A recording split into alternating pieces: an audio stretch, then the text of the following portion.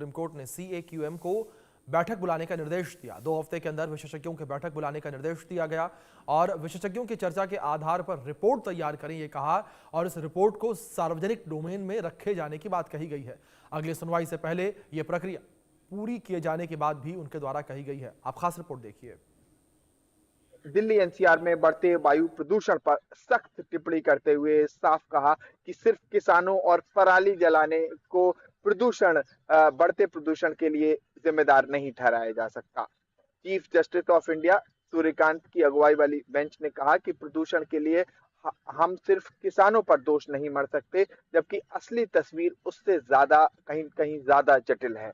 Court ने ये कहा कि कोविड के समय जब पराली उस समय भी जलाई जाती थी, लेकिन उस समय तो दिल्ली का आसमान नीला दिखाई देता था और तारे भी साफ नजर आते थे।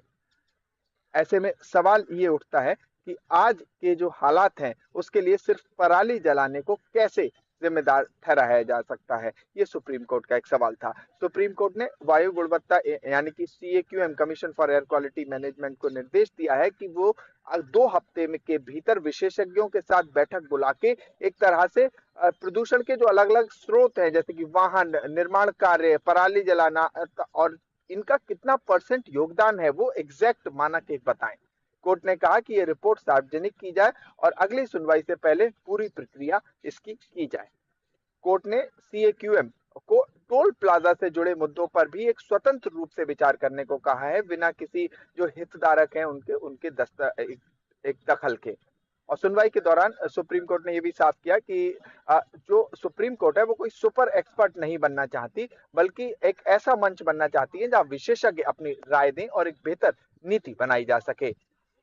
CGI ने दीर्घकालीन जो लॉन्ग टर्म सोल्यूशन है उस पर ध्यान देने को कहा और कहा कि इलेक्ट्रिक वाहनों की तरफ थोड़ा सा या पब्लिक ट्रांसपोर्ट की तरफ ज्यादा कदम उठाए जाएं और ये एक लॉन्ग टर्म मेजर्स होंगे जिससे राहत मिल सकती है।